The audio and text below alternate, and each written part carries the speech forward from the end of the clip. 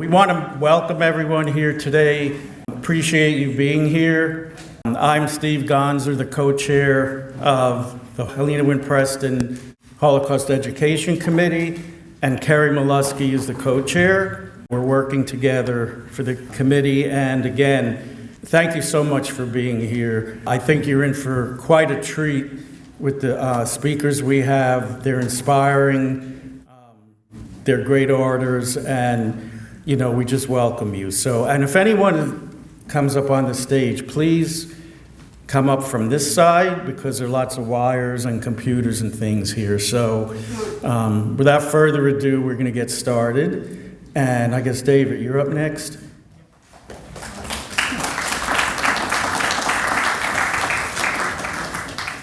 Thank you, Steve, and thank you, Carrie. Thanks for helping to arrange today's program. The state of Delaware has been graced by the work you've done and continue to do. I also see out there some former chairs of the Interfaith Halina Preston Holocaust Education Committee. I see Evelyn Lobel, who was the first chair of this committee. Regina Kerr-Alonso, who led this committee for many years and helped it grow. Joan Spiegelman, I think, is here. And Robin Carol Eng, Barbara Levitt, and David Fruchtman. I thank you for your leadership. And I'd like to ask you, along with those who are here, who are either present or former members of the committee, to please stand at this time so that your commitment and your important work can be acknowledged.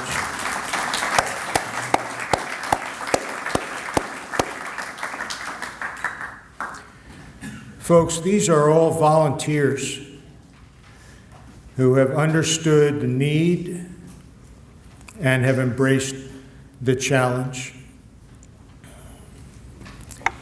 Lest anyone think that the challenge is somehow irrelevant or that the work of Holocaust education is no longer needed, we see clearly that hatred is alive and well throughout the world. As we approach the second anniversary of the terror of October 7th, our hearts go out to the 23 hostages still thought to be alive in underground tunnels in Gaza. Those of us whose parents survived the Holocaust, of which I see some of my friends here as well, are hostages too. We are hostages to history, orphans in a world without a past. Our parents experienced a vibrant Jewish world that was lost, and we are heirs to a blank slate without grandparents.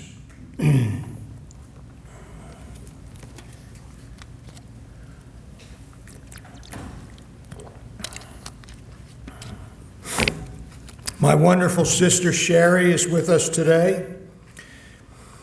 I don't have a biological brother, but one man in my life became like a brother to me, and we always refer to each other that way. His name is Henri Berestycki. His father, Jacob Berestycki, survived 14 months in the sewers of Lviv with my mother in 1943 and 44. Henri's extraordinary academic career as a mathematician is described in your program. In fact, the odds that either of us would be alive to appreciate this beautiful September day are so long that only Henri could possibly calculate them. I also wish to mention Henri's sister, Suzanne, 5 years older than he, a brilliant artist with whom I met in Israel and in Paris. And when she died of cancer in 1992, it left a gaping hole in my life.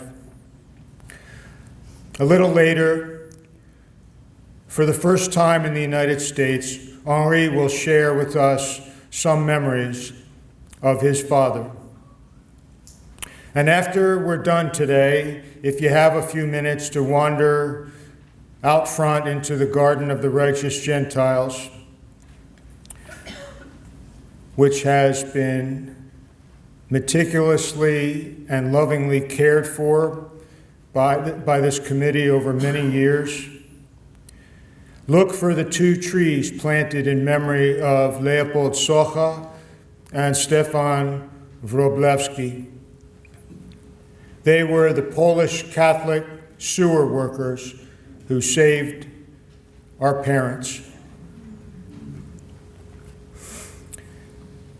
52 years ago, in April 1973, when I was away at college in Missouri, and just 3 years after this building opened, Halina Preston spoke powerfully from this podium in this auditorium at Wilmington's first community-sponsored observance of Yom HaShoah, Holocaust Remembrance Day. Here are a couple of excerpts from her handwritten speech of that day, delivered from this stage.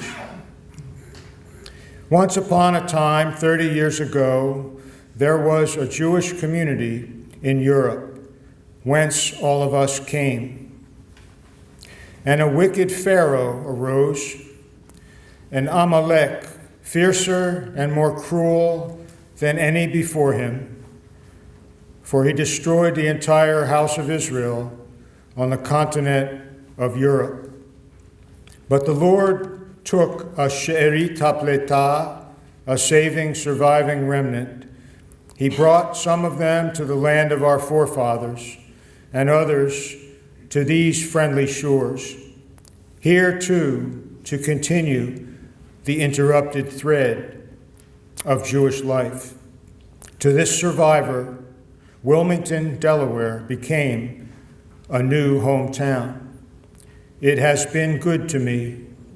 Still, I must not forget to remember.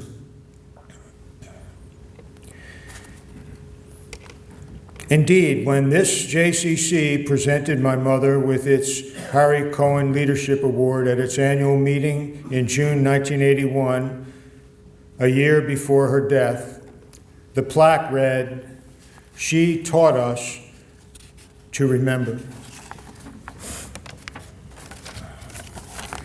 A few folks here today remember my mother. One of them is my first cousin, Joel Wind, who has graciously agreed to share some memories with us later in the program. Thank you, Joel. It's because of Joel that I got to know Dr. Alfred Münzer, a friendship that has enhanced my life. They met in 1980, and Rondi and I attended their wedding in 2013. And I even wrote a column about it in the Daily News. I don't think Al ever met my mother, but he helped care for her brother, Rabbi Leon Wind, and my Aunt Ruth Wind, Joel's parents, as their health declined. Al spoke eloquently 21 years ago at the funeral of my Uncle Leon at Temple Beth Sholom in Manchester, Connecticut, the synagogue he led for 34 years. Having heard Dr. Münzer speak in Philly a few years ago, I can tell you that his story and his message are precisely what the doctor ordered for these challenging times. I will moderate a Q&A with Dr. Münzer at the conclusion of his presentation. And I look forward to the remarks afterward by Joel and Henri. And I'll moderate a Q&A with all three men at the end. We'll all sit together here and do that together. Now, I'm deeply honored to introduce our main speaker, Dr. Alfred Münzer.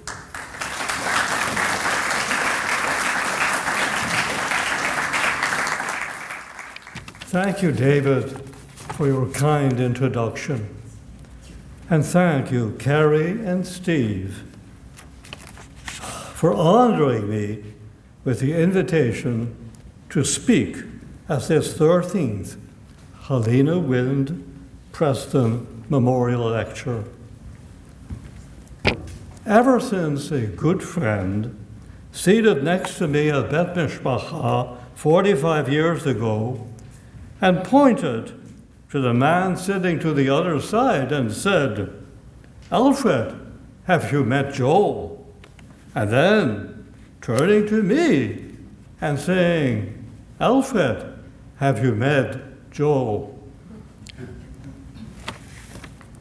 Don said, "Sorry, Joel, have you met Alfred?" Ever since then, I have been a member of the Wind family. The love of Joel's parents extended not only to me, but also to my mother. She and I, the sole survivors of our family of the Holocaust. I soon learned about Joel's beloved aunt, Halina, the near miraculous survivor of his father's family. I regret that I never met Halina Wind and that it fell to me to try and console Joel when she unexpectedly passed away. As I shared the story of my family during the Holocaust, I tried to follow in Halina's footsteps. She was one of the first to publicly bear witness to the terrible consequences of hate and the spirit of people who, even when surrounded by hate, continue to do what is right.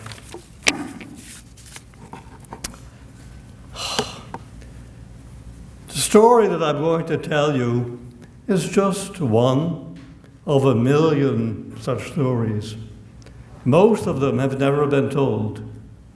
Take my story and multiply it 1,000,000 times over to get a feel of what the Holocaust was all about. I will be showing you some photographs as I go along in my talk, and I'll turn to you in the same way that I address students, many of the students that I have spoken to over the years. And I ask them, what is it that you see in this picture? And they will say, well, a woman holding a baby. And then I ask them, can you be more specific? What is the nationality? What part of the world do you think that woman came from? And eventually they will say, well, somewhere in Asia. And then if I'm really fortunate, someone will actually pinpoint and say, she comes from Indonesia. And then I ask them, well, who is the baby that she's holding? And then, somewhat reluctantly, they say, is it you? And I say, yes. And the story that I'm going to tell you is how it was that this woman, born thousands of miles away from where this baby was born in the Netherlands, came to be connected so that that woman made it possible for that baby to stand before you today and to tell you the story of his family during the Holocaust. I will begin by telling you a little bit about my parents. My parents were born in Galicia. My mother in a small town called Remenov, and my father in another town called Konov.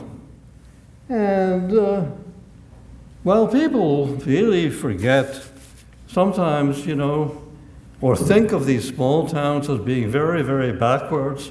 In actual fact, one person who came from my mother's hometown was Isidore Rabi. And he received the Nobel Prize in Physics for the discovery of electromagnetism. So here you have it, a big brain coming from one of those shtetls. And a person who came from my father's hometown was Abraham Brill, the man who was the first to translate the works of Sigmund Freud into English. They were cousins, and so both of them bore the same names. Interestingly, there's sort of a triangle between my mother's hometown, my father's hometown, and the hometown of Halina. They're sort of form a triangle that I sometimes refer to as the Windsor Triangle.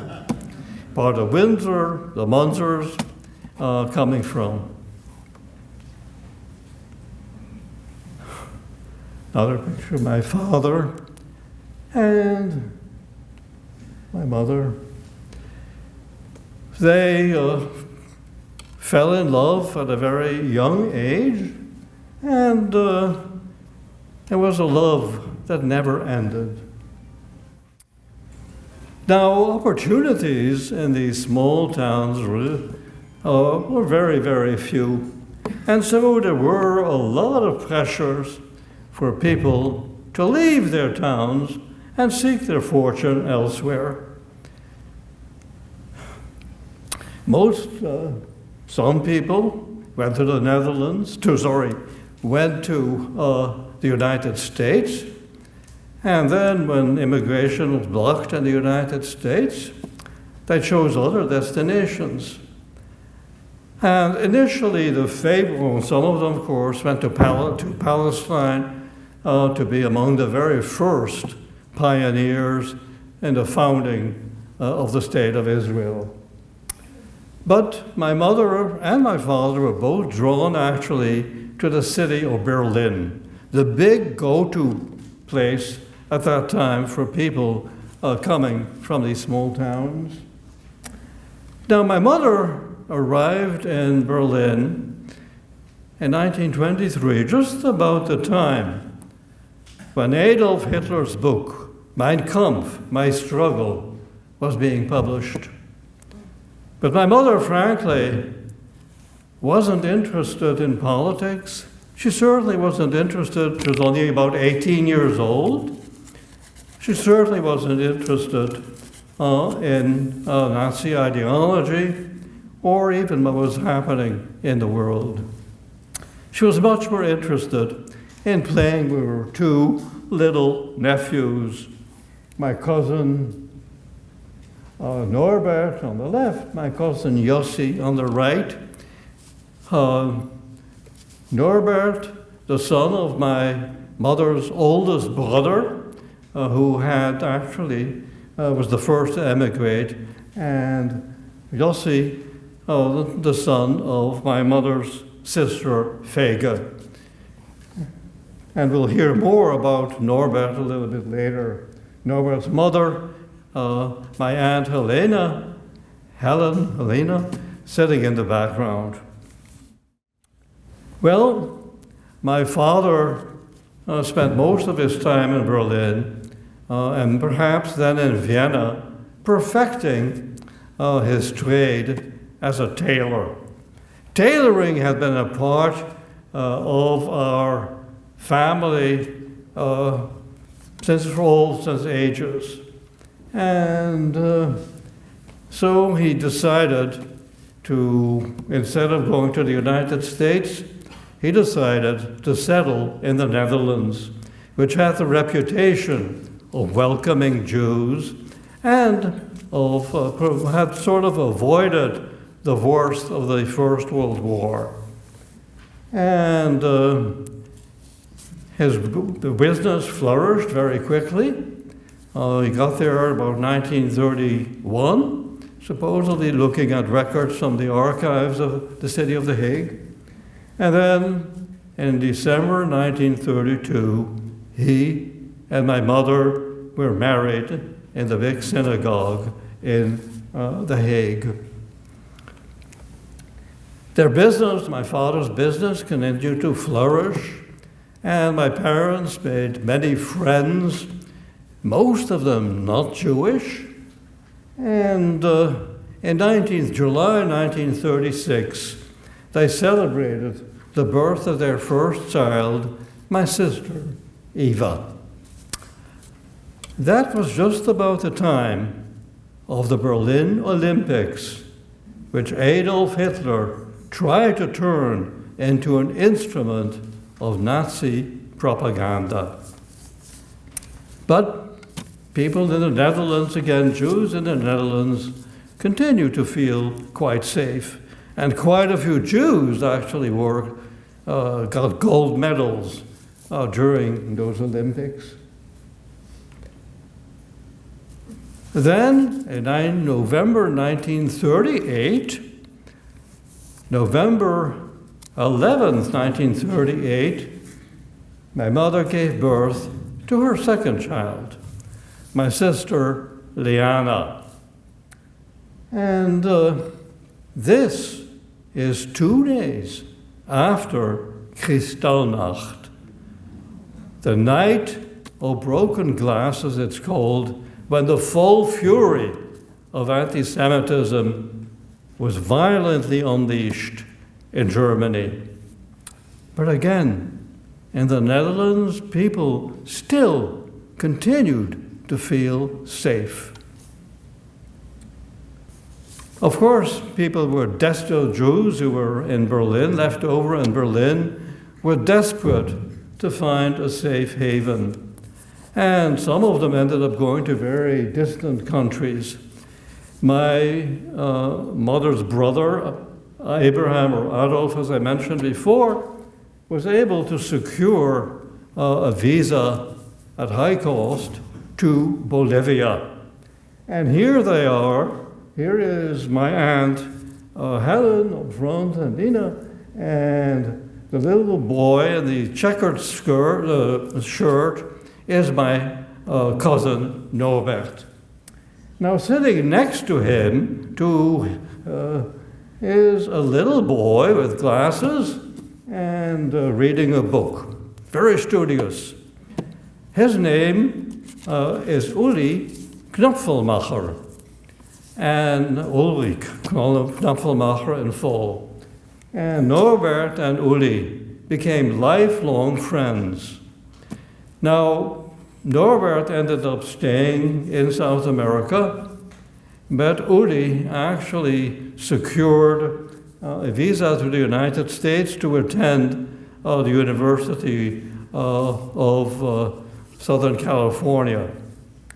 And he started with the intent of becoming an engineer, but then fell in love with the English language and ended up his career not too far from here. He's currently living in Princeton, New Jersey, and he's the former chairman of the English department at Princeton. So here you have it, a story continuing all the way to the present. I was just in touch with him this past week. We sent Shabbat Shalom messages almost every week to each other. There's one more family member that I ought to mention, and that's my father's youngest brother, Emil, Elisha. And he joined my father in 1932. We followed him immediately and sort of was my father's protege.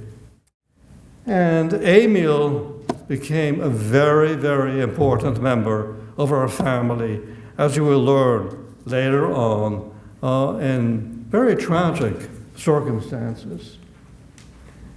Here is actually one of my favorite photographs of the Münzer family at about that time. This picture, I would guess, was probably taken sometime in 1939, perhaps in the fall, looking at the ages of my sisters. My sister Liana being held by my uncle Emil, my father holding my sister Eva, and my mother sitting in the middle. Within 5 years, 4 of the people in this picture will have been killed by the Nazis.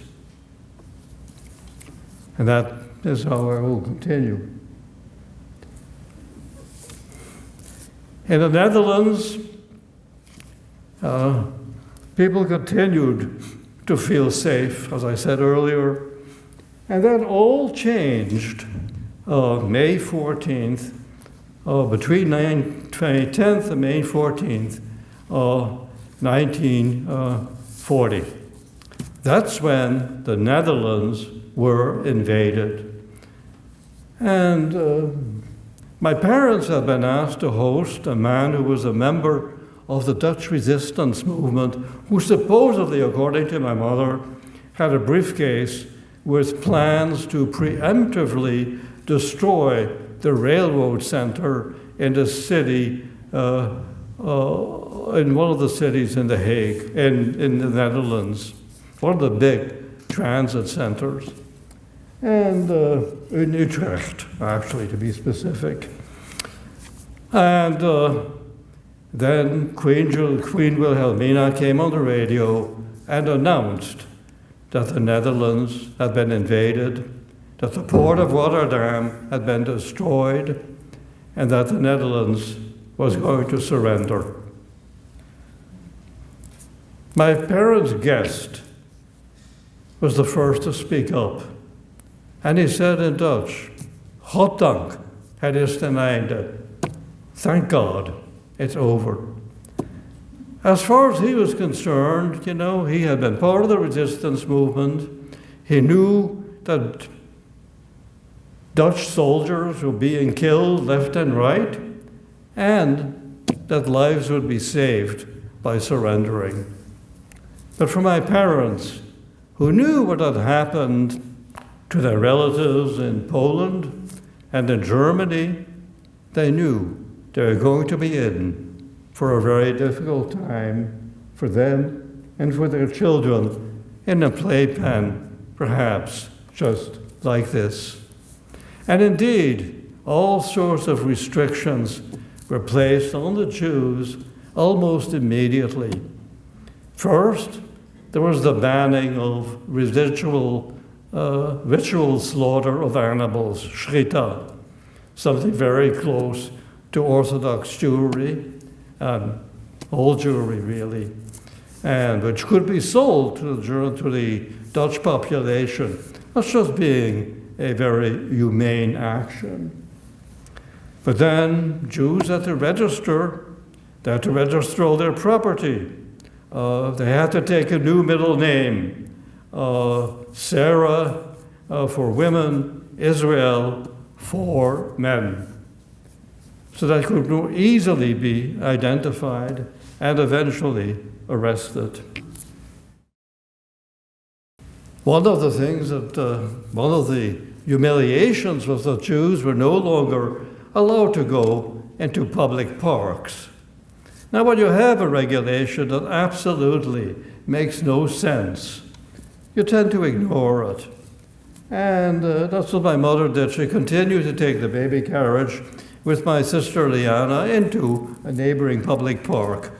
And one day, a German woman approached the baby carriage, and my mother's heart almost stopped because she knew she wasn't supposed to be there. But then the woman looked at my little sister. She looked at her blue eyes, played with her blonde curls, and said, "Ah, you can tell that this is good Aryan blood."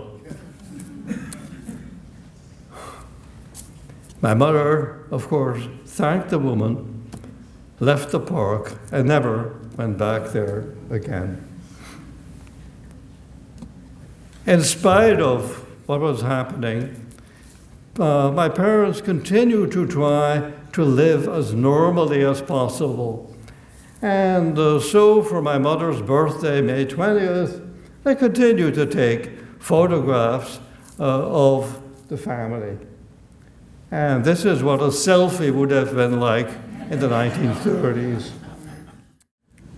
And my sister Eva doing a little dance for the benefit of the photographer. But this is also just about the time when my mother found out that she was pregnant again. She consulted her obstetrician, and he told her that it would be immoral to bring another Jewish life into the world at this time. And he strongly urged her to have an abortion. Now, my mother wasn't particularly religious at that time, even though she had come from a very religious background, but they were sort of rebelling against their past upbringing. But on this occasion, according to my mother, she turned to the story of Hannah. Hannah, who would go to the temple every year and pray that she might conceive and have a child. And it was in reading of Hannah's desperate desire to have a child that my mother decided she would not have an abortion.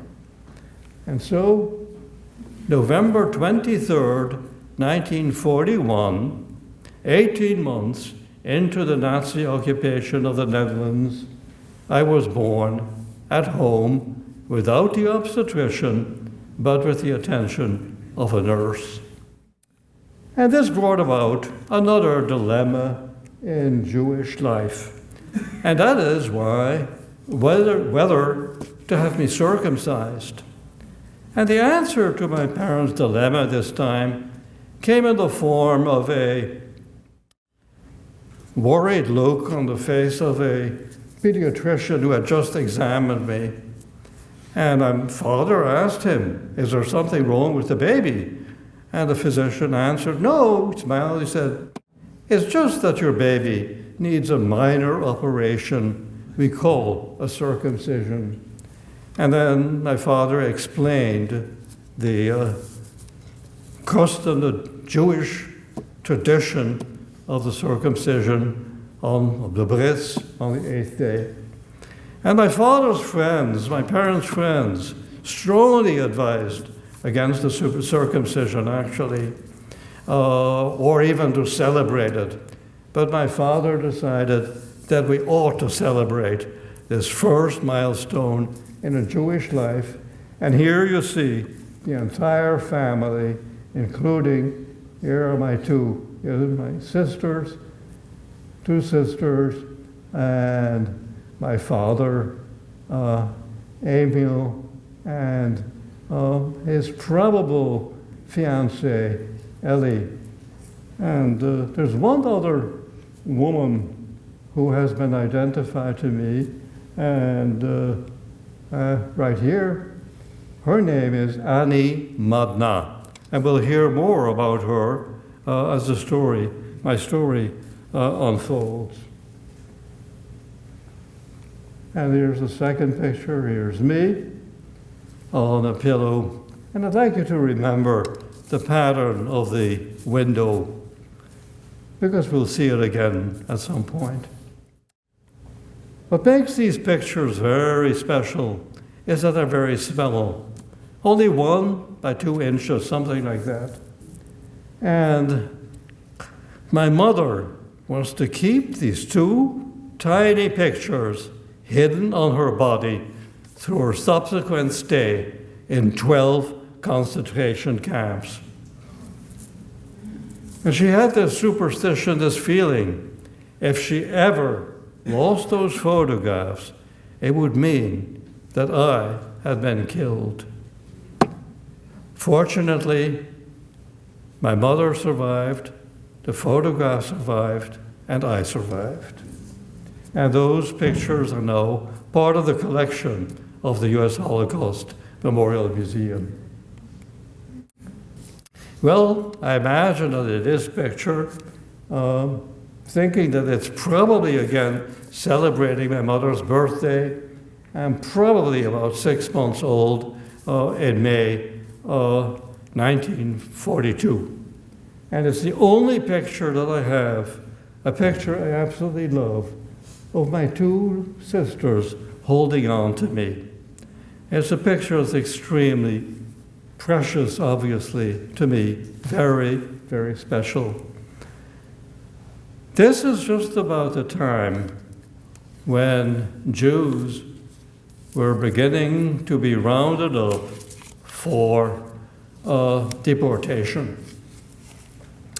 And my father was one of the first, actually, to receive a notice to report to a work camp. He avoided that initial summons by undergoing a hernia operation, which at that time still required hospitalization. But by August, it became obvious that the threat of being arrested by the Nazis became very immediate. And so my parents had to make the very difficult decision to go into hiding. The first one to go into hiding was my father, because he had received another summons, and he went into hiding in a psychiatric clinic called the Remar Clinic in The Hague.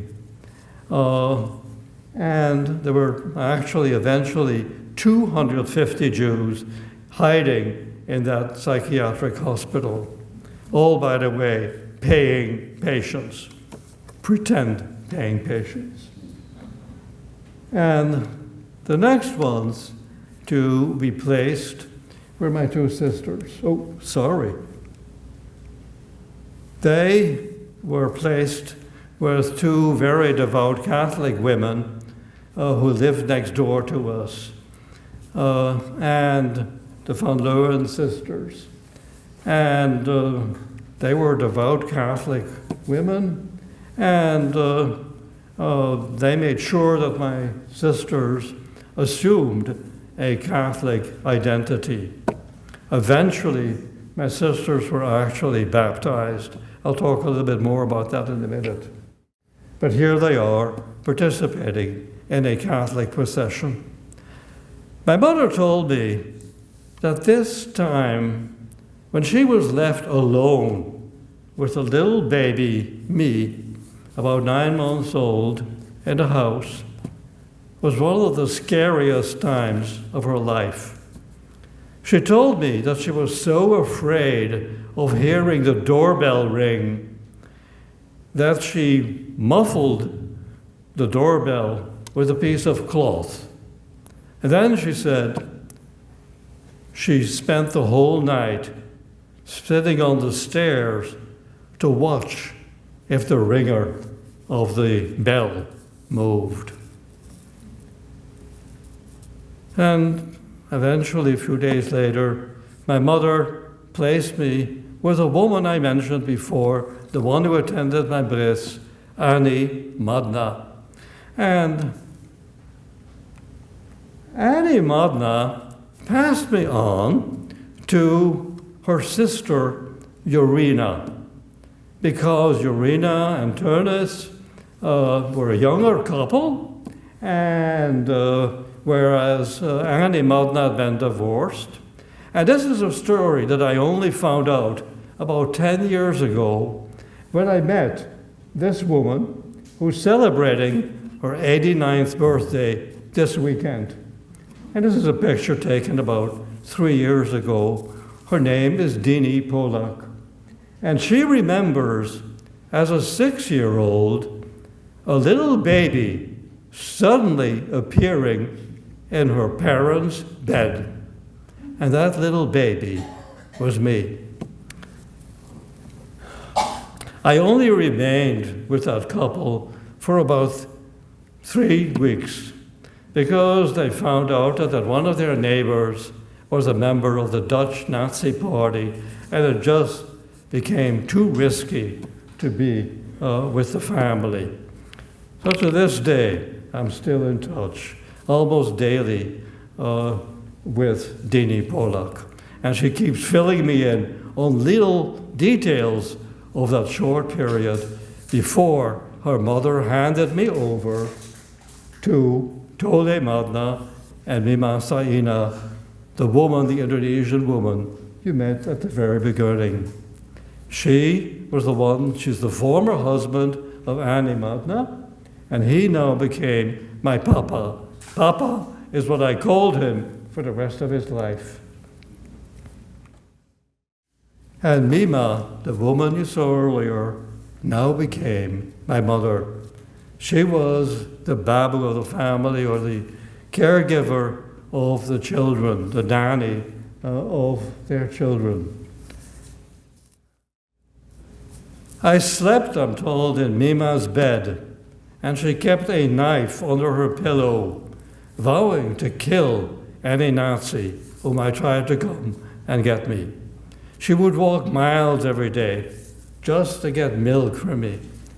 And it's really, as I said earlier, thanks to her that I'm able to be here today.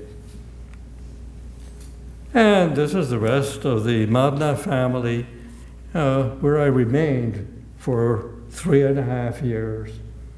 On the far right, my papa. In the middle, his daughter Davy, his daughter Vili on the far left, and Mima, of course, holding me. And in this picture, I'm a little older, probably about 2 years old. I have not too many memories of my stay with the Madna family. All I remember is a lot of laughter. I do remember periodically having to go into hiding in a closet when the house was being searched. But I thought it was just a game of hide and seek, and I remember playing with the Christmas decorations that were in that closet.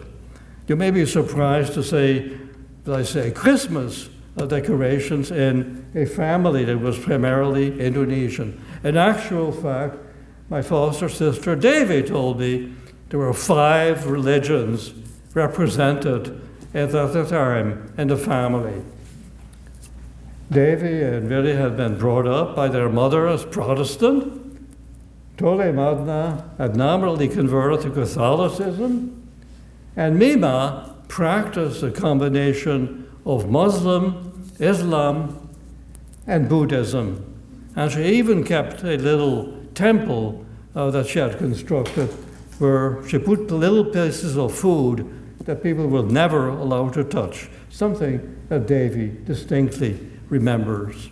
So 5 religions in one family that ended up being, with the addition, of course, including the little Jewish boy. Most of the time I was not allowed to go out of that house, but there were 2 little kids who were allowed to come in and play with me. And this is Helga Friederici, which I subsequently found out her last name is Friederici, and here is Arthur Friederici. And by the way, here is the 3rd Madna child, Rob Madna, who became very close to me during the rest of my life, and his life really. He eventually became head of the Netherlands Jazz Orchestra. Was a really fabulous musician. And these 2 kids were the only ones come in and play with me. And there's a name on the back. And about 3 years ago, there was a book that was published about the Indonesian resistance movement during the Holocaust. And a man read a review of that book in a newspaper with a photograph of me being held by Mima, the same picture that I started my talk with. And that's Arthur Friederici. And so about 5 years ago, we, for the first time, were reunited. He remembered distinctly when he saw the photograph. That's the little Jewish boy in hiding I used to play with. His parents were of German origin, but very staunch anti-Nazi. And so that's why he and his sister were trusted to play with me. And he provided me with some more of the photographs that I had never seen before. And here I am on the far right, trying to take my first steps. And very serenely in the middle is Arthur, Mima, of course, guarding us, and Helga on the far left, and Willy, or maybe in there also. Well, while I was content with the Madna family and well taken care of, totally unaware of anything that was happening on the outside, my parents stay in the psychiatric hospital. I should have said my mother joined my father in that same psychiatric hospital. Did not last very long. For Christmas Day, 1942, they had a surprise. My two sisters were brought to them for a visit. And little did they know that that was the last time they would see my sisters. This is just a registration form for my mother, indicating that both my parents were among the group of 250 Jews arrested on New Year's Day, 1943.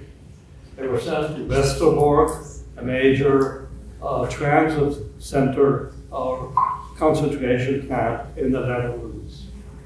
They remained there for a short period of time and then were sent on to a camp called Vught. There, my mother especially was fortunate to be employed by what was called the Phillips Commando.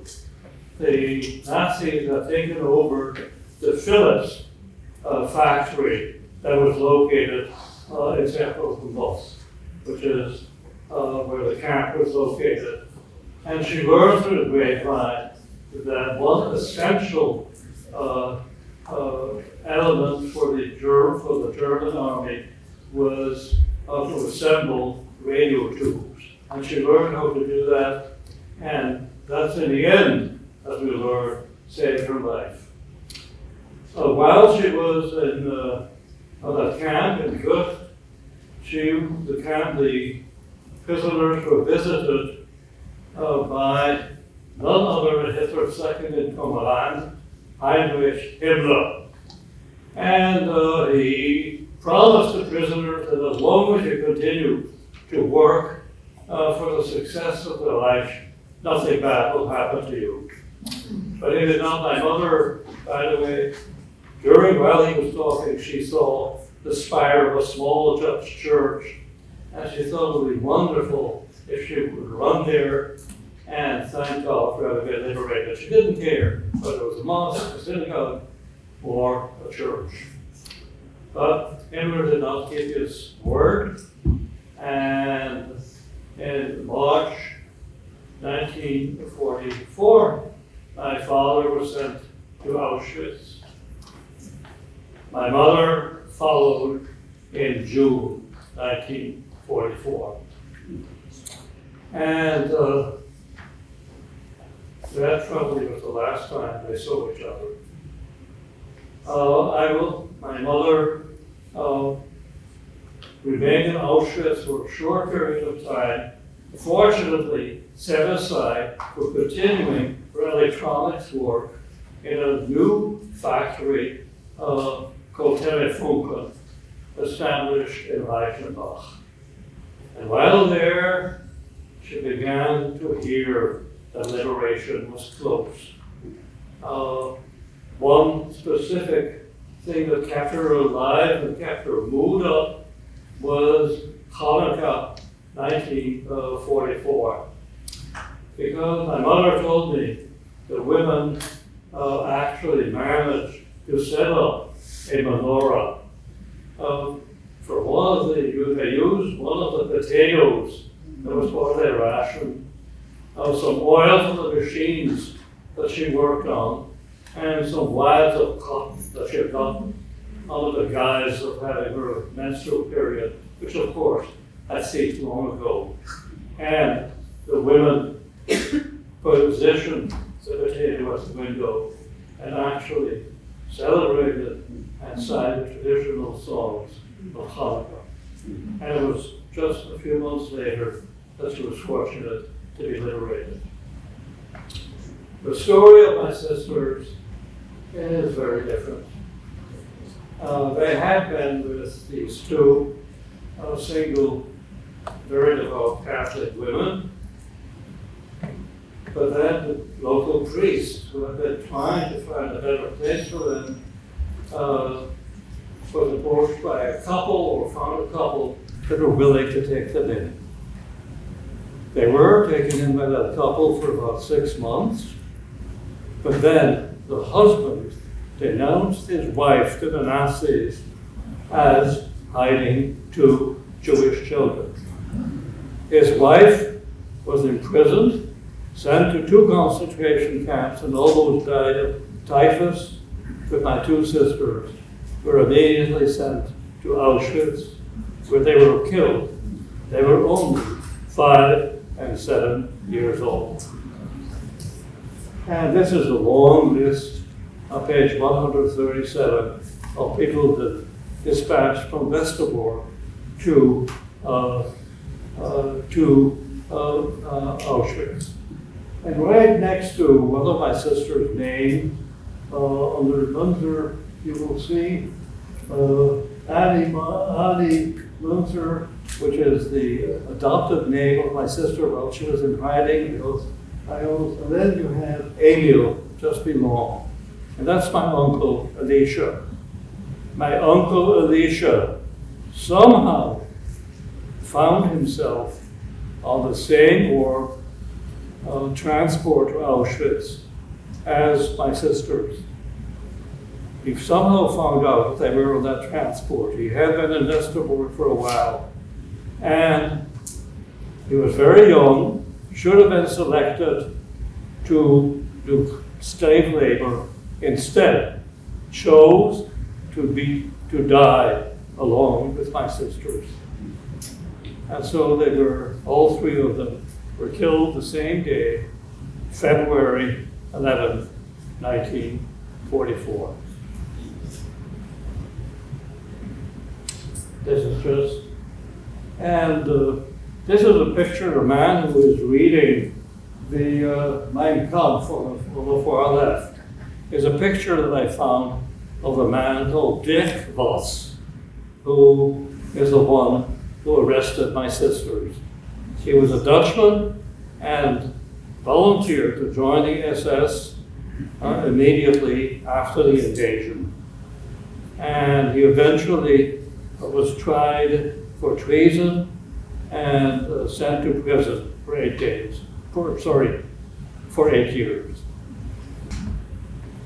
This is the first picture that I have after I was reunited with my mother, taken by Arthur Friederici's father. And it is Helga again who's holding it. The night before that, I had been introduced to my mother for the first time, my birth mother. And I refused to sit in her lap. I kept pushing her away because, of course, she was a complete stranger. I did not really bond with her until Mima, The nanny who had taken care of me suddenly passed away 2 months later in September 1945 of a cerebral hemorrhage. And it's at that point that I really bonded with my mother.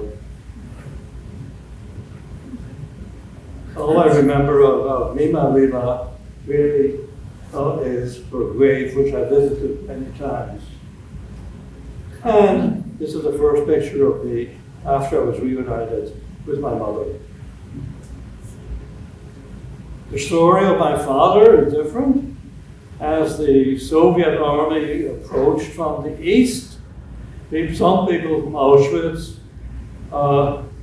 like David's father, were sent to Buchenwald, and others, like my father, were sent to Mauthausen instead. He remained in Mauthausen, a real hellhole of a concentration camp for a short time, then went on to Gusen, Steyr, and finally a place called Ebensee, a wonderful place high in the Austrian Alps, where they had a horrible concentration camp called Ebensee. And my father witnessed liberation by the US Army in May 1945, but was so weak that he passed away 2 months later and is buried in the Ebensee concentration camp. And on this death certificate issued by the US Army, you can see that he had business that required middle name Israel. And this is now the cemetery at Ebensee. Originally there were crosses. Since they didn't know the religion of any of the people there, eventually all those symbols were removed. My mother acquired a business, a cosmetics business, and that's how she made a living after the war. And I won't go into all the details, except the Jewish life began again. This is me all dressed up as a KL collection box, Jewish National Front collection box, for first Forum Observation celebration in The Hague. And here I remain in close touch with the Matna family. They came to see us off when we left for the United States in 1958. And here is my picture, graduation picture, on top of Papa Madna's piano. I remained a part of it until the day he died. And I stayed in touch with all my family, my Madna family. To this day, we're in touch. And here is a picture, the last picture that I have with Tole Madna, when Joel and I visited him. And his last message to me, his last words to me were, take care of your mother. Because that's the kind of person he was, much more concerned about the other than about himself. People asked him, why did you risk your life to save the life of a Jewish baby and the life of your family? And his answer was a simple one. What else was I going to do? To him, there was no choice. There was only one right thing to do. And that is really the lesson that I want to leave with you. And they have been honored at Yad Vashem, and here I am. And then much more recently, just 2 years ago, we visited my father's store where the sign of Cooper or Taylor from Vienna is still visible. And for the first time, I was able to get into the house and actually sit on the stairs where my mother sat that final day before she was went into hiding. And here I am in the same room where my bris took place. Remember, I told you to remember the pattern on the window. That the occasion for being there was for another memorial. It's for placing Stolpersteine, which are memorial stones in front of the last known residents. And we did the same for the last known residents of my uncle, Alicia. Here lives Emil Alicia Münzer, born 1910, and you can read the rest. Murdered in Auschwitz, February 11th, 1944, same day as my sisters. I continued to tell the story to about my family kids. And then about 10 years ago, for the first time, I told the story to a group of students from Indonesia who were here to learn what it is to learn to live in a multi-faith society. And I told them that I made a memory that she used to sing a lullaby to me, and it was called Nina Bobo. And all 25 students started singing the lullaby, Nina Bobo, in perfect keys.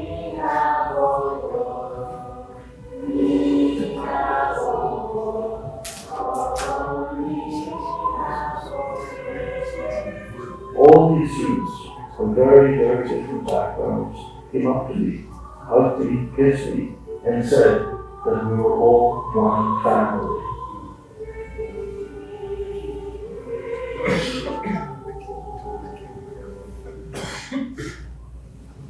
Their last words to me as they embraced me was, "We are family." And that's really the final lesson, especially these days when there is such a rise in anti-Semitism. It's the message that I want to leave. That regardless of what political position we have, regardless what our nationality is, regardless what our differences is, let us always remember that eventually we have to come back because we are all members of one human family. And let us pray for the day when we can celebrate our common humanity. Thank you.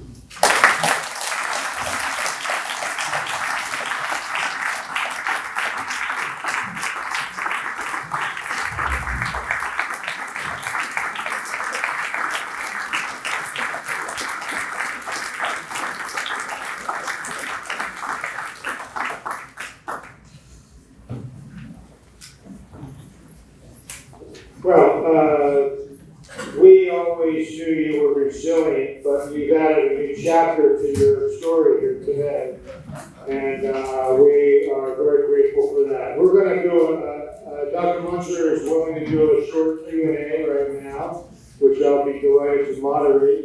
Let me jump up here. Does anyone have, would anyone like to ask the first question?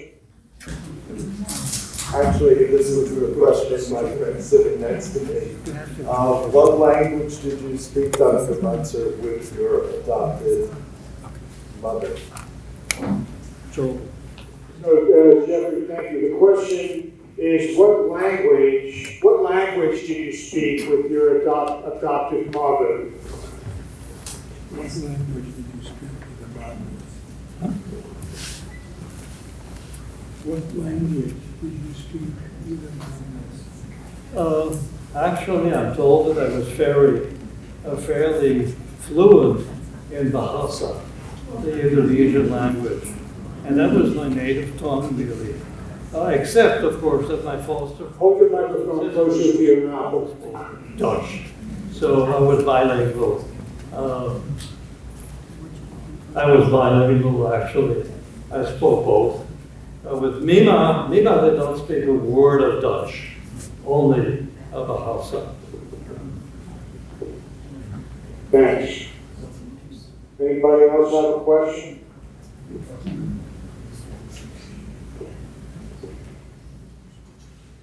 With that, I'd like to introduce my first cousin, the husband of Al Münzer, Joel.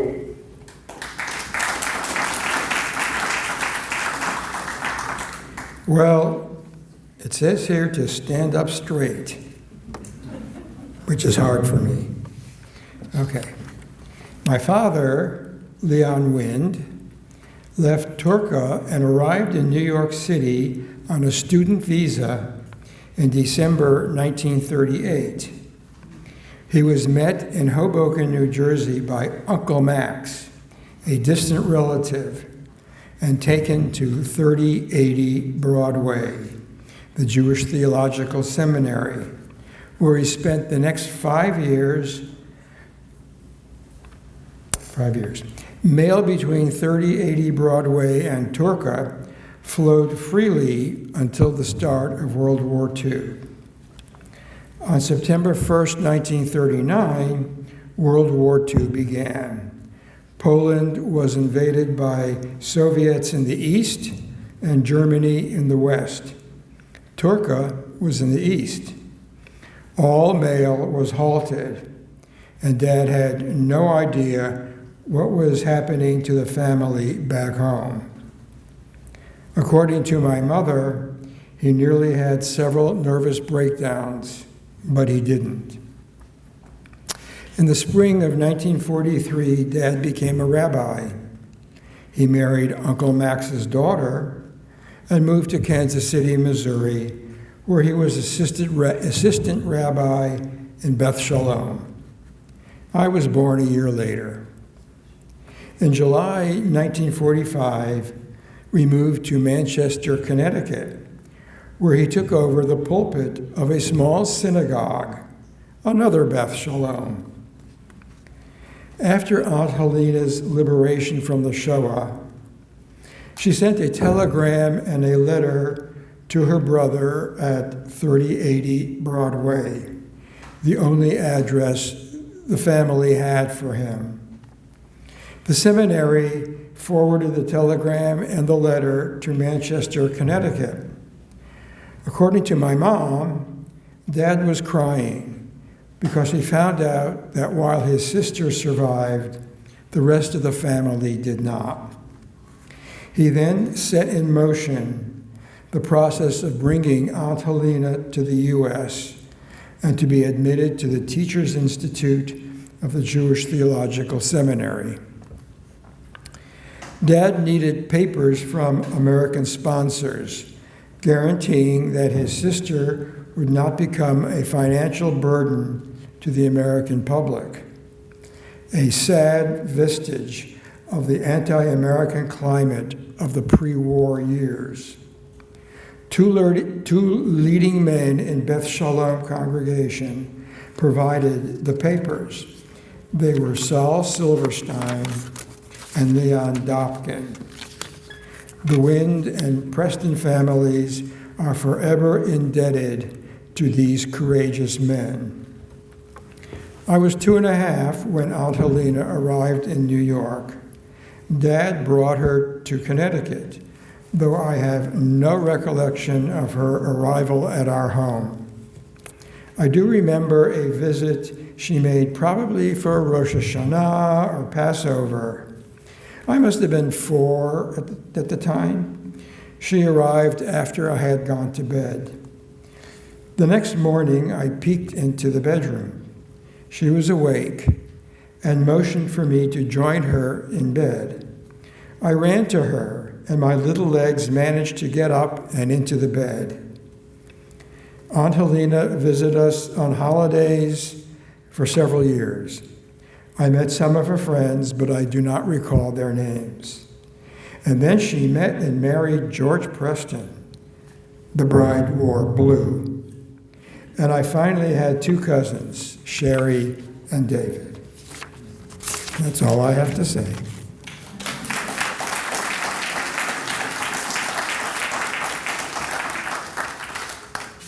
All right, I'm going to now introduce the man I told you I regard as my brother, whose background you can read about in the program, Henri Berestycki.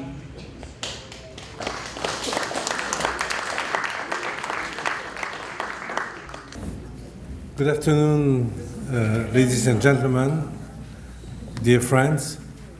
I'm humbled and very moved to speak to you today here. As we have seen, the urge to bear witness to what has happened is such a strong force, and it's admirable to see Dr. Münzer wants to continue. So, I'll try to speak to you in the same spirit.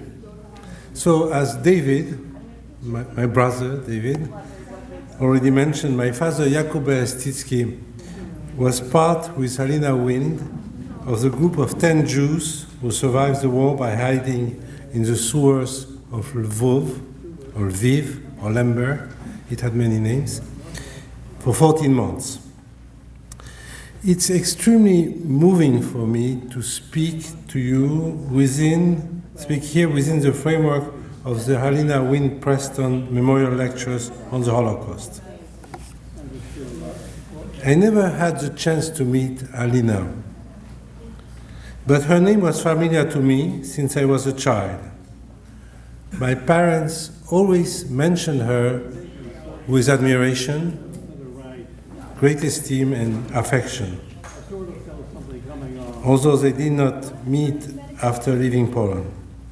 So, to evoke my father in a lecture series that bears her name is both extraordinary and natural. It's certainly very moving for me.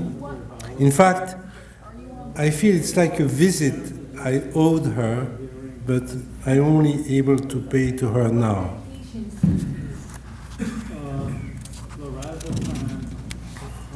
Moreover, this series of lectures has often highlighted the role played by Gentiles in saving the lives of Jews. As David recalled, the canal was the way my father referred to the sewers. The canal group owes its survival to two Christian sewer workers, Leopold Socha and Stefan Wróblewski, who are remembered in the garden just outside this hall. So let me start with giving you some background and some outline of some of the major stages of my father's life. He was born in Łódź, in the big industrial city of Łódź in Poland. His own father, Rav Israel Berestycki, was a locksmith or blacksmith.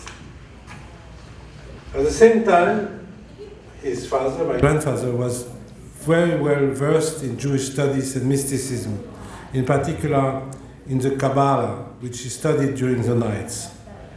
They lived in poverty. My father was one in a family of 11 children in a very small apartment. The family was strictly observant, close to Hasidic movements. My father essentially had no education. He didn't go to school, basically. And he started to work at a young age. He took after his own father and worked as a locksmith. After the Nazis occupied Ukraine, and because they needed qualified workers, he was sent to Lviv in Ukraine to work at the train station on locomotives. One doesn't know what happened to his first wife, who probably must have been murdered soon afterwards when my father was sent away to Lviv. In Lviv, or Lemberg as it was called at the time in German,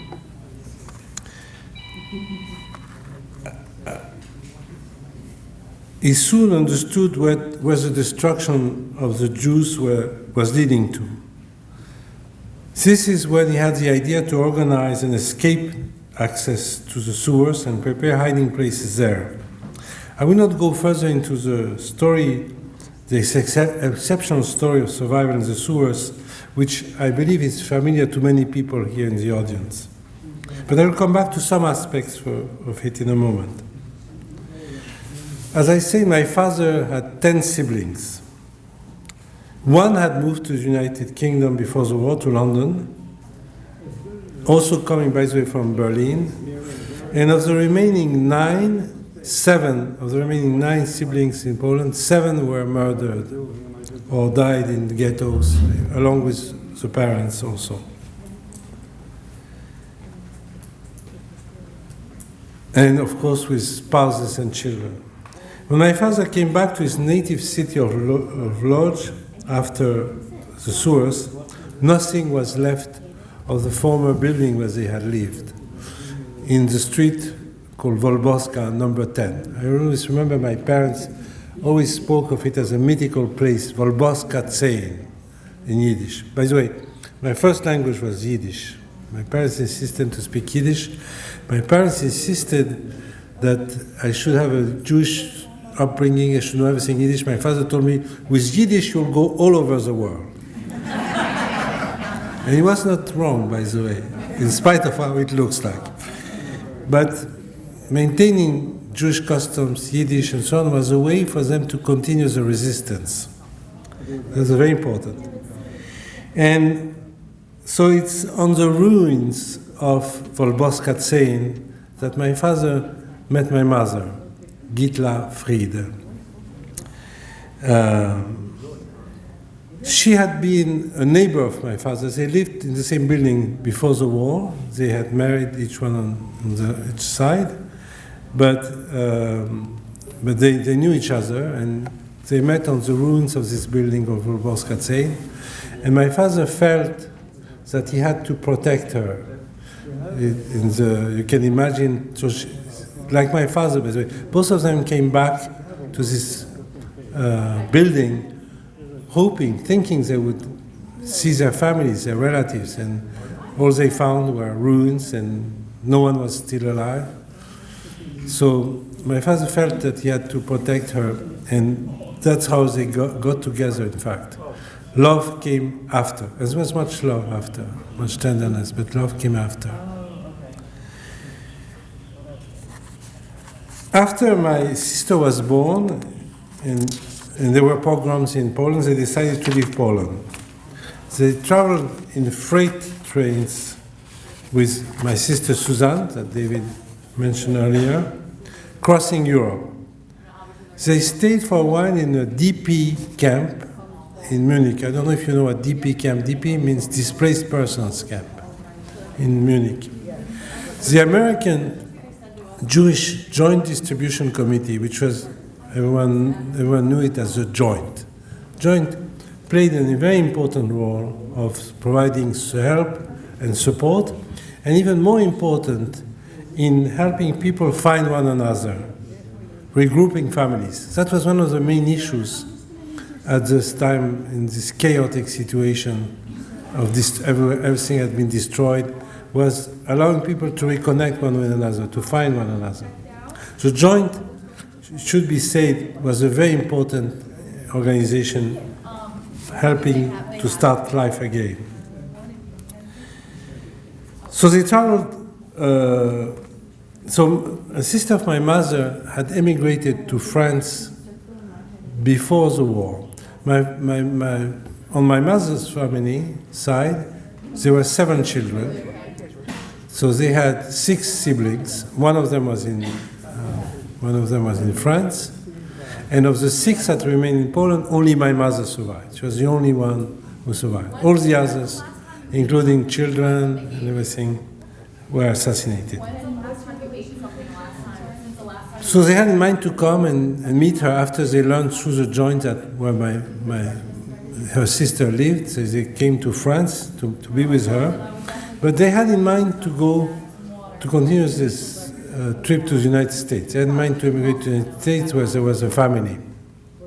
And they had many reasons to come.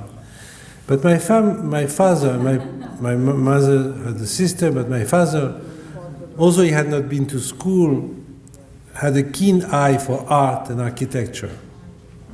He was a remarkable person in many aspects, but he had never studied, but he had a very keen eye.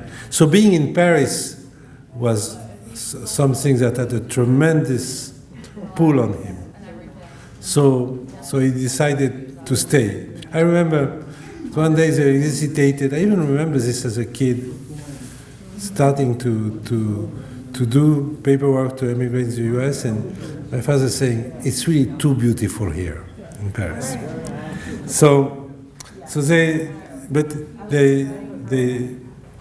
I should say that they had traveled to France illegally in 1947 coming from Munich, this DP camp. They entered France illegally. Later on, they were judged for that.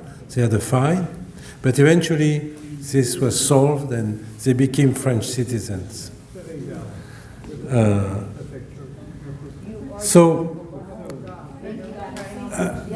In Paris, my father worked as a tailor.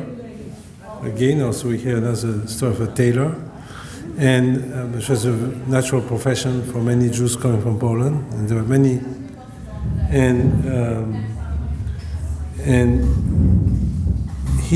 they reconstructed a family. They were able to construct a family, to bring up a family, which was really something I find still remarkable to this day. He died in 1968 in Paris, but he's buried in Jerusalem. And I think this was a meaningful thing for him. On his tombstone, there's just the inscription saying that he came back from the Holocaust. Chazar min ha-Shoah in Hebrew. He came back from the Shoah, from the Holocaust, and the Sarad et ha-Shoah, meaning he fought. It's not just he came back, he really resisted the Shoah and set up a family in Paris. On the side of the tombstones is written the inscription in Jerusalem in this very beautiful grave that overlooks eternity. That's the impression I have. It's looking at the hills of Jerusalem. On the side of the tombstones there is this inscription in memory of all the members of the Berestycki and Friede family who don't have graves. So this is inscription on this side. I would like to so I'm adapting to any. Shall we continue? So, but I adapt to any circumstance. So let me share with you two personal memories. When I was raised as a kid, I had a very joyous childhood. It's amazing to think that my parents, after what they went through, after the tremendous loss, just the mere numbers of the family members that were killed and assassinated, the loss of their parents, the loss of everything, living in rather poverty in Paris, I still remember I had a joyous childhood, and I was, thanks to my parents, to the devotion of my parents, who are really extraordinary persons, I was able to study and to continue and then achieve and do a career. But I want to share with you two memories, childhood memories, which are related to the stories that connects me to David here. So the first one is, when I was a kid, we used a stove heated with coal, and the coal was stored in the cellar of our building in Paris. Now, if some of you know Paris, there is a Jewish neighborhood in Paris which was called the Pletzel in Yiddish. I don't know if maybe some of you have been there. So in the Pletzel, it's the oldest neighborhood of Paris. Now it's super trendy. It's the most hip place in Paris you can think of, and most expensive. At the time, it was really a poor neighborhood. But it was in the oldest part of Paris. So it was said that the cellars were connected one another in a maze, and that you could go even to the Bastille prison through the cellars. Anyways, so we stored it was the second underground level. There was no electricity, no light, and we stored coal there. So it was quite, for a kid, it was very impressive to go there. So I would accompany my father.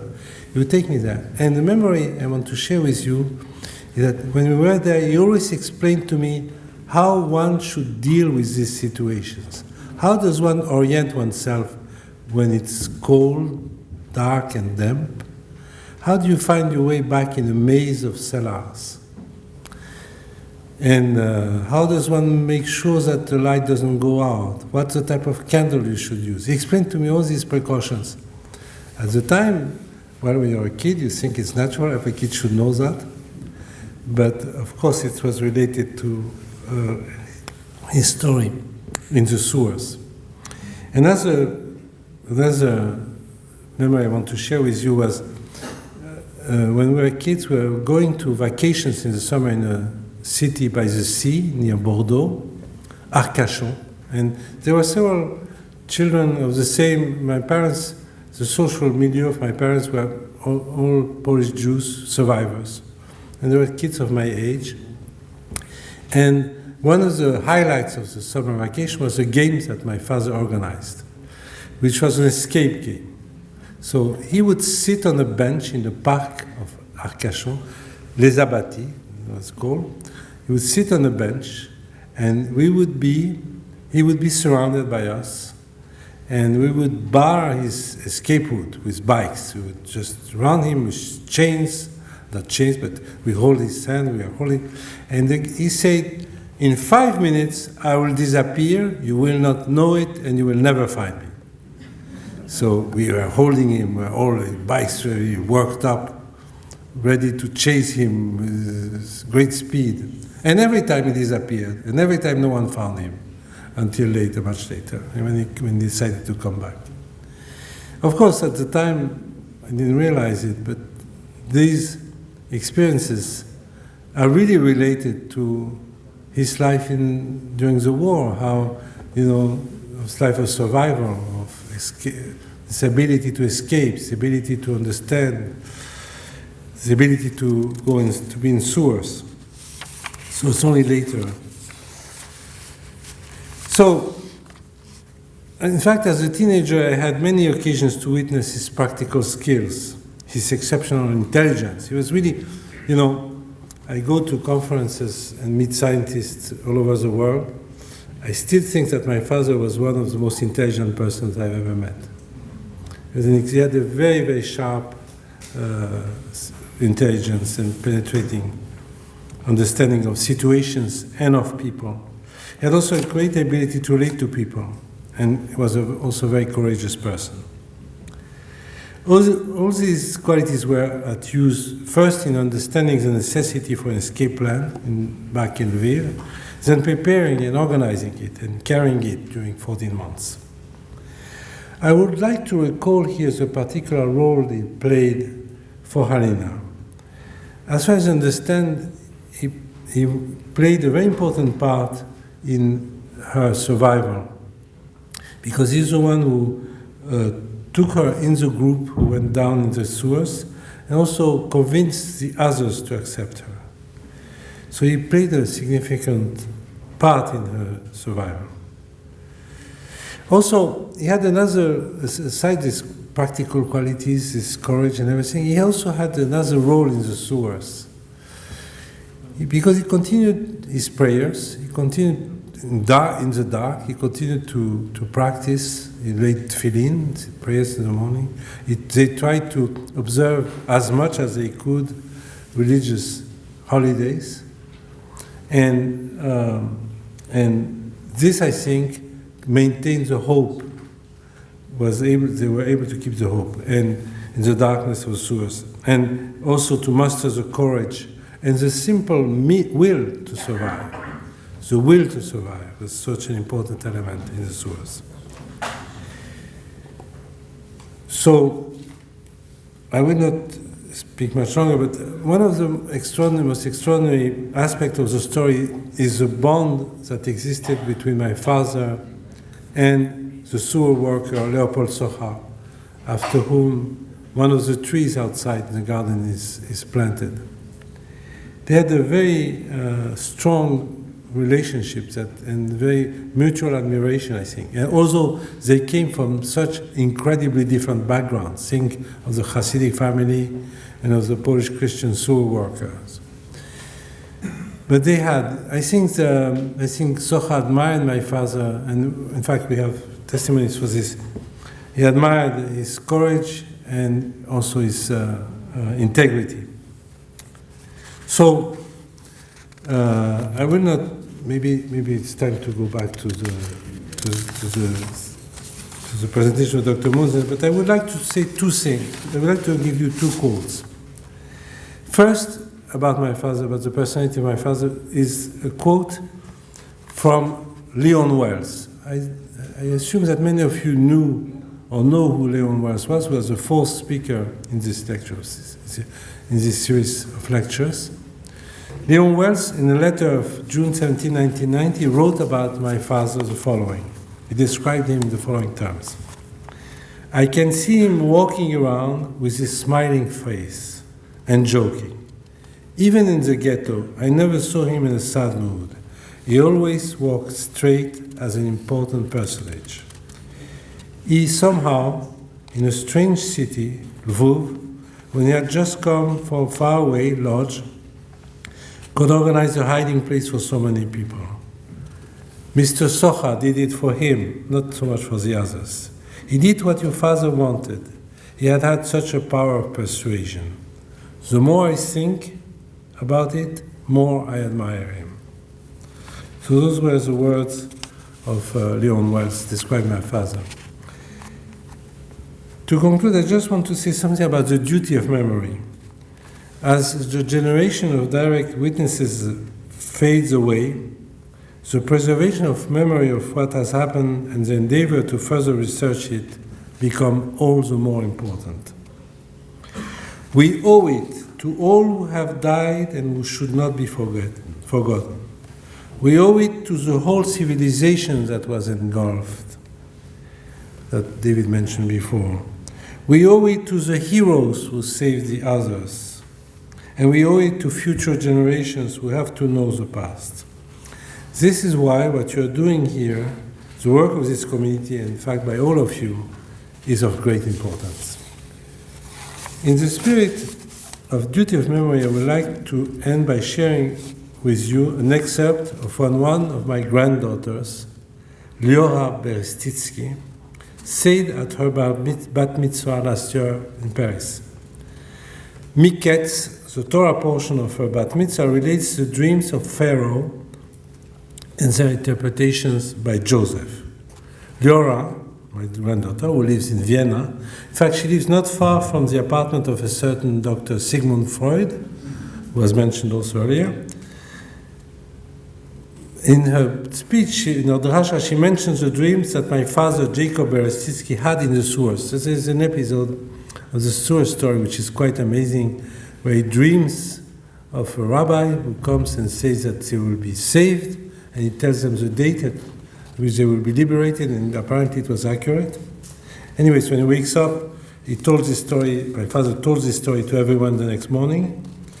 And this is what Leora said in a synagogue at her bar mitzvah. This is my granddaughter speaking about this dream and connecting it to the dreams of Pharaoh and the ability of Joseph to interpret dreams. This is her words. You can understand why this story struck me by its resemblance to the one in my Torah portion. Jacob, like Joseph, had a very special relationship with dreams. But above all, what I remember is that, like him, at the worst moment of his life, locked away with little chance of escape, he did not give in to despair. Jacob Berestycki was able to retain his ability to dream and project himself into the future, imagining and even dreaming of a possible way out of this hell. And that's how, once he got out, he was able to meet my great-grandmother, Gitla Fried, my own mother, who had been imprisoned in Auschwitz and had also lost everything during the war. She too found the courage to live, and even more than that, since those who knew her remember Mami Guta, that's how we called her, whose name I proudly bear as someone particularly joyful of boundless generosity and gentleness. In the end, it's quite beautiful to think that I exist, and that I'm here before you today, fulfilling my bat mitzvah, thanks in part to a dream, that of my great-grandparents, who, despite having lost everything in the Holocaust, found the strength to look ahead, to imagine a future, and to build a family when everything could have driven them to despair. So thanks everybody. It was an honor and privilege to speak to you this today about my father in the lecture series that bears the name of her friend Halina.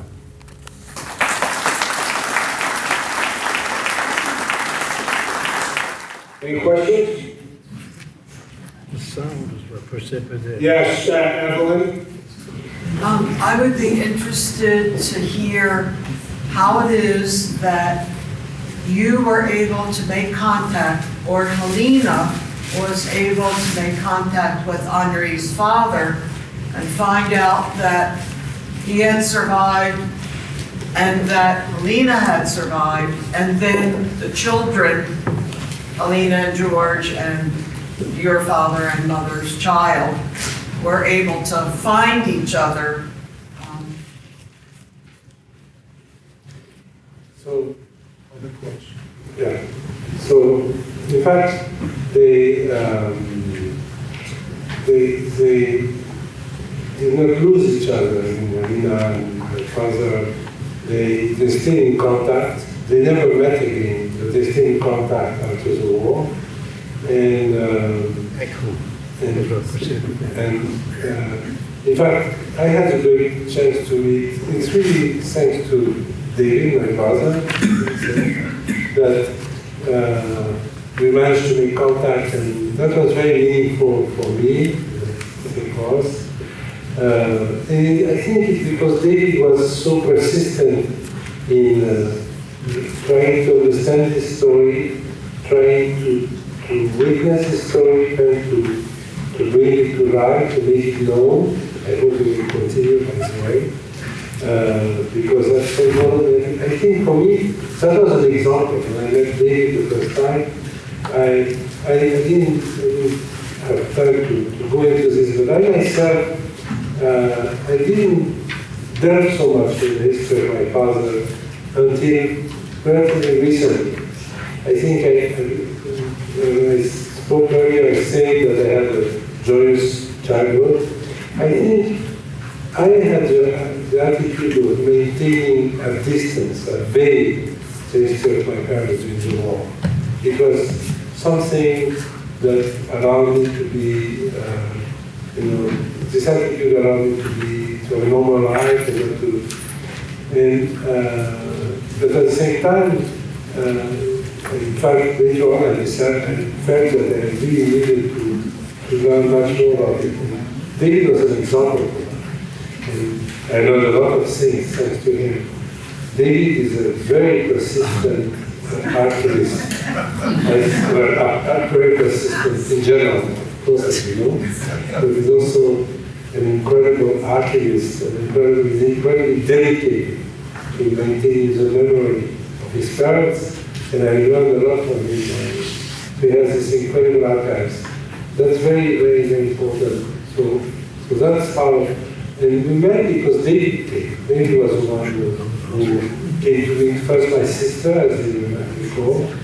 He interviewed my sister, he interviewed my mother, and eventually we met. I remember the first time we met, I was visiting Princeton, and he came up to Princeton where we met the first time, and I was very impressed. And since then, this is one of the legacy of our parents, I would say. Maybe somewhere else, our parents, Halina and my cousin people can watch us and be surprised and amused, that happy perhaps that we maintain their memory and their friendship. Well, thank you. First of all, the committee will pay you handsomely for saying those nice things about me. Right, Steve? Is that right, Steve? All right, and I would say, Evelyn, that when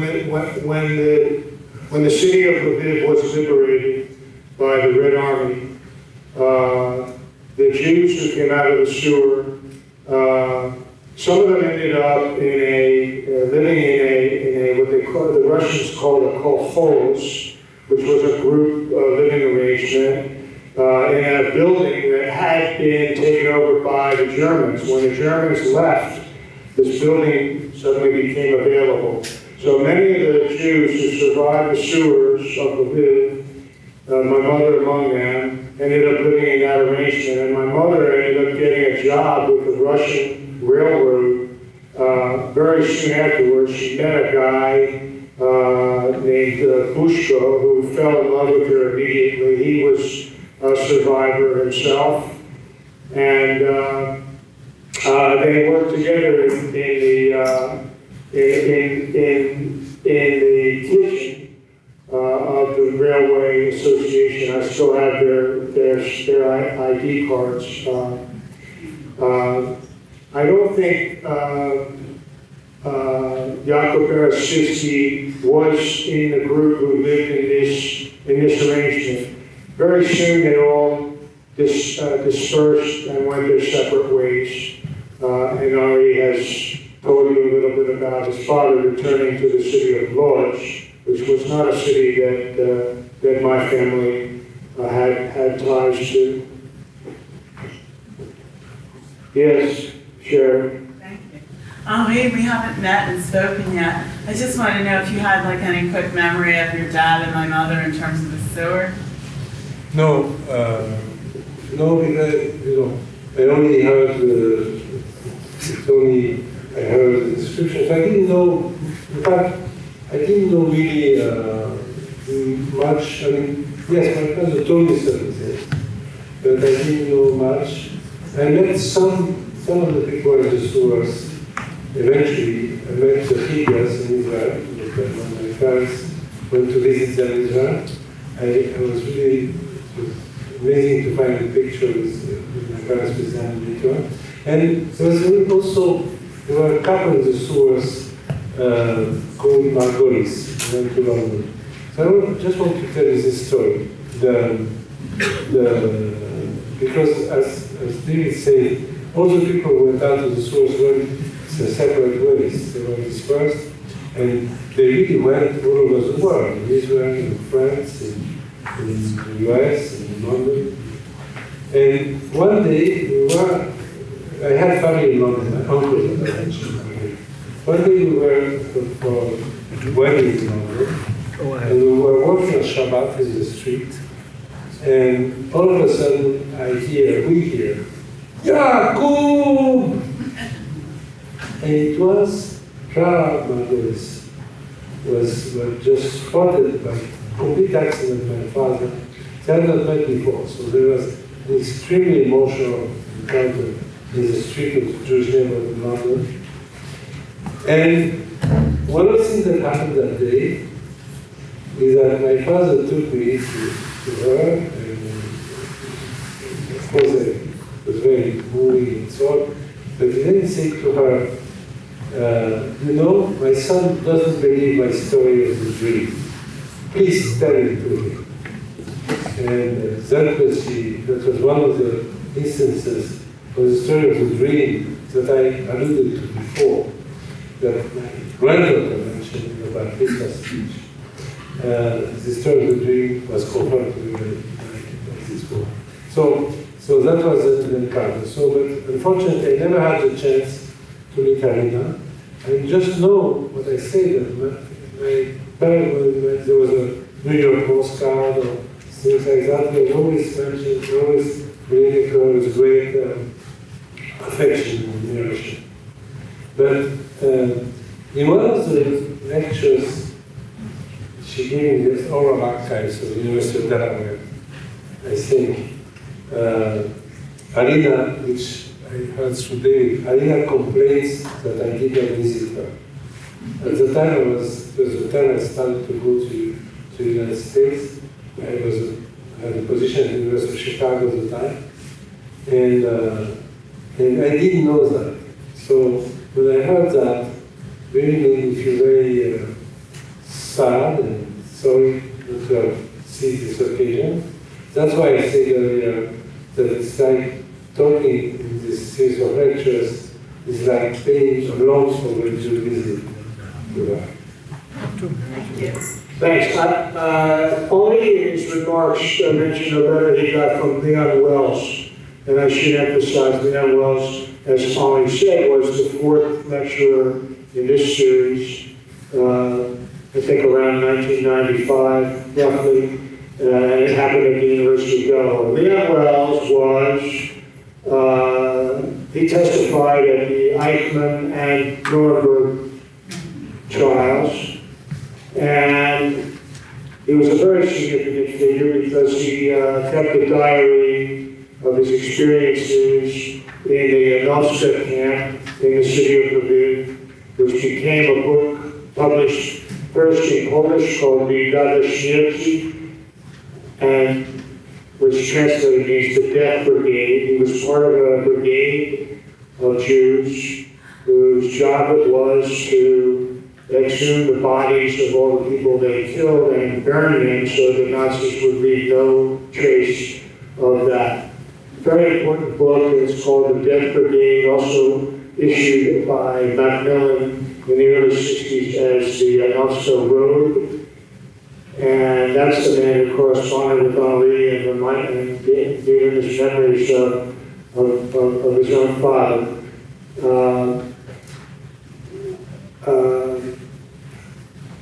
Are there some questions, perhaps, for Dr. Münzer while we're still together here?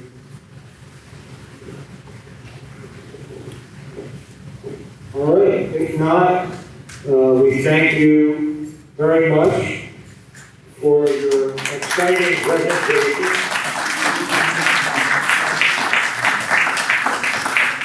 And I thank all of you for being with us today.